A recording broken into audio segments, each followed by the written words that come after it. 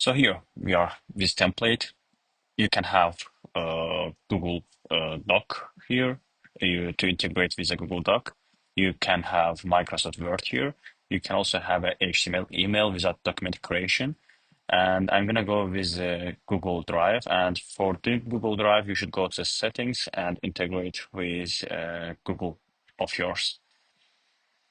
And I already created test invoice here. So test invoice,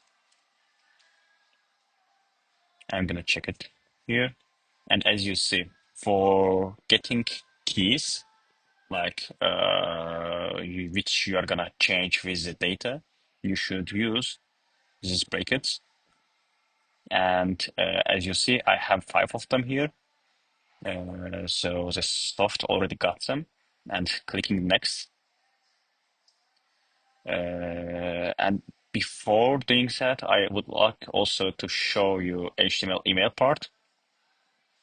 You can have an HTML email. Yes, let me show HTML email part here. Just you will have your own code. You can create it with a Cloudy. And as this, as you see, you can use auto email in SheetMergy too. So you can have a document or HTML email. So this template part is so easy to use. And